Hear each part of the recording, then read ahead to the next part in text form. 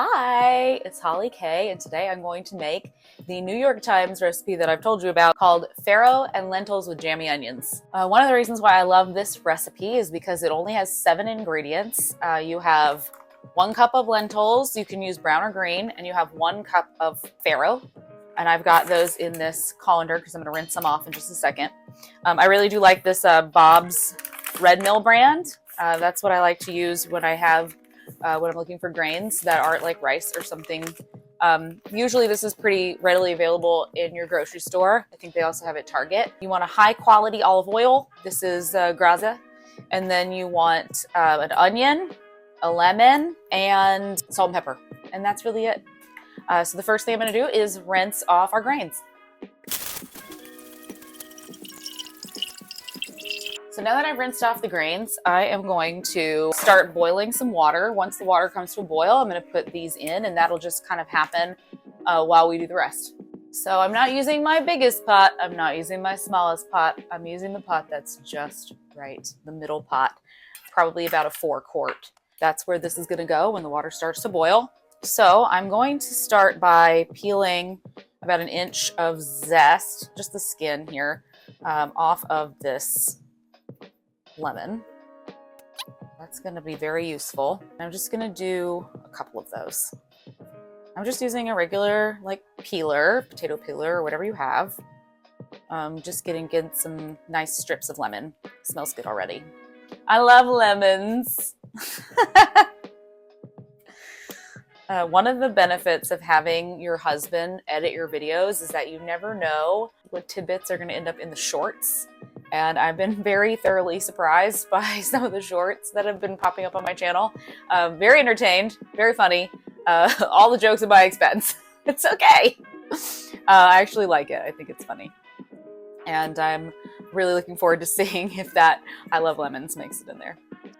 If you haven't had a chance to check out the website, it's hollykmakes.com. And I do have a blog on there, and I am posting companion information on the blog, links to recipes, links to just like some products that I'm using, but also just information on like who I am, what I'm doing, why I'm cooking. I think I've shared some of that on the channel, but it is there for you to read if you prefer a written method. So I've got our zest here. That's like a good amount. And the next thing I'm going to do is start working on chopping up this onion.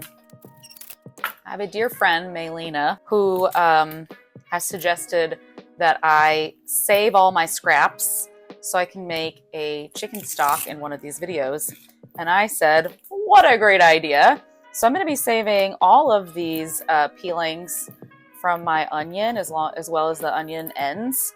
And we can make a delicious stock with this in the future. The next time I do the whole chicken, I will save the carcass too, and that will be the base of our chicken stock. I never make this for my mother-in-law because she was very allergic to onions. But I love to cook onions, and onions are the real star of this recipe, really, because you spend about 25 minutes just cooking them until they are caramelized and delicious and soft and just like really, really yummy with the lemon and the olive oil. The olive oil, if the onion is the star, the olive oil is the best supporting actress, if you will. Haha.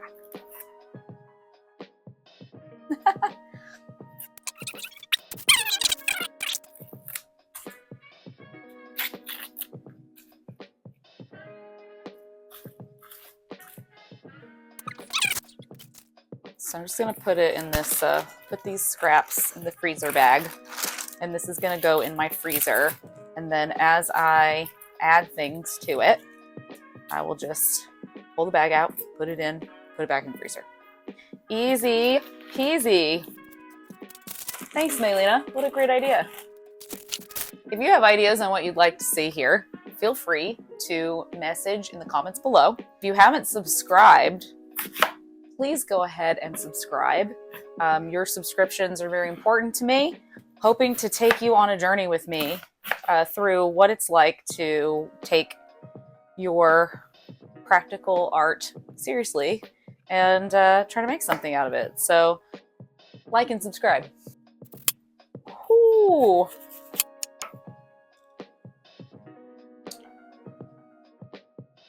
Sometimes it's not bad. Sometimes it's so real. So the recipe calls for a rough chop of this onion, and I'm just like removing some green bits, which I'll put in my stock bag. If you'd like to send me to culinary school where I can learn to properly chop an onion, I would be more than happy to accept your most generous gift. I read a book once in a book club where there was this family, and every time the mom was upset, she would just go in the kitchen and chop an onion so she had an excuse to cry. And for whatever reason, I really thought that was like very relatable. Actually, I think the last few days have been really, really good. We had fun celebrating the new year with our friends. Maylina's, actually, you know Maylina from the stock idea. Because this recipe is mostly onions, I am going to roughly chop this whole onion. And it does say to roughly chop. I mean, at the end of the day, it's going to be a soft, caramelized base of this dish. So I've been talking about my chef's knife, and actually the one I have is actually pretty good. It just needs to be like professionally sharpened, probably. It has like some nicks on it. But if you ever start looking for a chef's knife, you will find that there are so many kinds. There's the 8-inch chef's knife, there's a German chef's knife, there is a Japanese chef's knife, there's a Japanese knife with a Western handle, there's Western knife with Western blade with a Japanese style handle. You can get one for, you know, $20, probably not your best quality, or you can get one for like $1,000, a couple $1,000. It's wild. I guess that for every type of thing, there is always the Lamborghini of that thing. I have a friend whose, let's just call them their parents, bought a boat. Not the Lamborghini of boats, but like you would think if you bought even the, like, I don't know. Like, I think I could drive the Chrysler of boats, but I cannot drive the, like, Audi of boats. And so I would have no business purchasing an Audi of boats. I mean, I can drive an Audi, but you know what I'm saying. I mean, I can't afford to drive one. Give me in fact, I wouldn't buy a boat at all because they say that the best boat is a friend's boat. So my friend whose parents bought a boat, just keep me in mind for the summer. Be happy to join you on your big boat. Just want to make sure that the driver is qualified.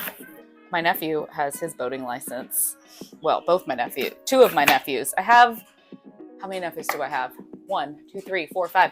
Total, both sides of my family have 6 nephews. There, on Patrick's side of the family, there are no girls at all, like of that generation. We're just all boys. And then my sister has 2 girls and a boy. So I have 2 nieces and so many nephews. But the 2 oldest nephews have their boating license. One's 14. He's an amazing they're both amazing hockey players, both amazing musicians. The younger one he's 15.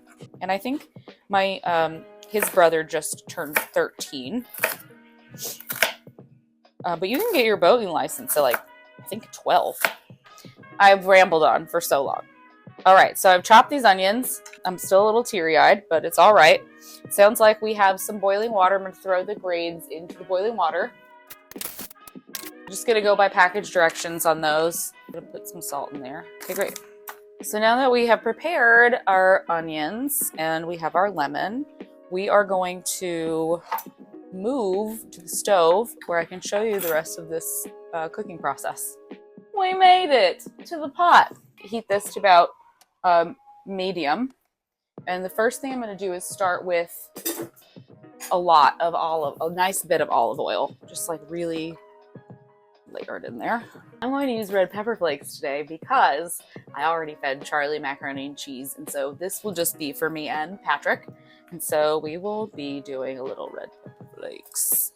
Last time, you'll remember that I used a whisk inside my enameled cast iron pan, and I know that many of you were screaming, "Don't do that!"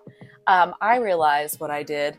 Luckily for me, the internet is full of resources, and those marks will come off your enamel. You just have to use a little bit of Barkeeper's Friend, water, give it a little soak, and then give it a little scrub, and it should come right up.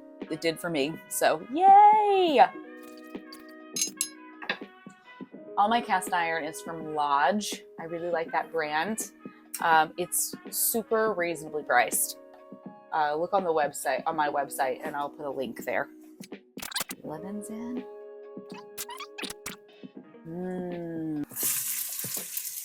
How satisfying! I'm giving this a little stir. I want to make sure I coat all the onions in the olive oil. This recipe really comes together in about 40 minutes, which makes it a good option for weeknight cooking, especially if you're looking to have something that's vegetarian. No meat in this dish, but it still ends up feeling really decadent with the onions and olive oil and the lemon, plus all the hearty grains, which lentils have a ton of protein in them. So they're really, really good for that. We're going to be doing this for about 20 minutes. I expect my husband will time-lapse this.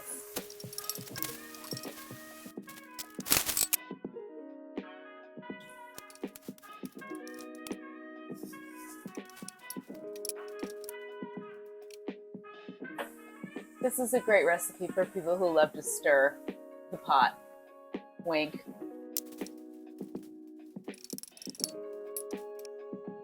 It's been 5 minutes.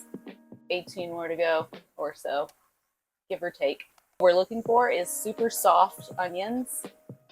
We want them to be a little bit, almost translucent, but a little bit like yellow around the edges. We don't want them to burn. If you haven't added enough oil, you can add more as you go, or just follow the New York Times recipe calls for 2/3 of a cup of olive oil, which I'm sure I've added here. If you are concerned your onions are going to burn, you can also add some water just to kind of keep it from getting too dry in the pan. But I've used enough olive oil that is not going to be a problem. Probably another 10, maybe 15 will do it. But Holly K, how will you test to make sure that they're soft enough? Well, I'm so glad you asked. I'm going to use a fork.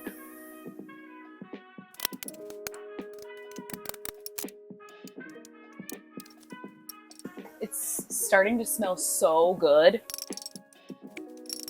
When I was thinking about actually doing this and cooking for you and doing this channel and recording all of this and forcing my husband to edit it, actually I didn't force him, he's very happy to do it.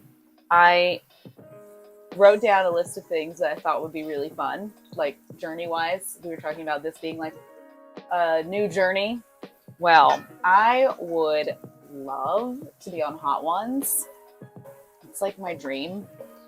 I think it's funny because in order to get that dream, you sort of have to be famous. I don't need to be famous. I don't want to be famous. But I do want to meet the guy who does Hot Ones, and I do want to eat increasingly spicy wings while being asked really deep, thought-provoking questions. The only way that's going to happen for me, though, is if you like and subscribe. And one of you may need to tell Sean Evans. But I would be so excited to do it.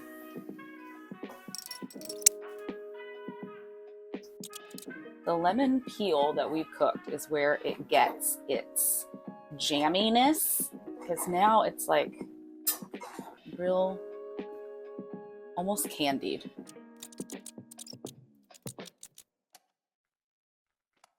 I just drained off the grains. I'm just going to add them into my bowl with my onions. I'm just going to give this a nice big stir to incorporate it all together. Don't forget, the pot is hot. The pot is hot. Put the tongue in the chicken.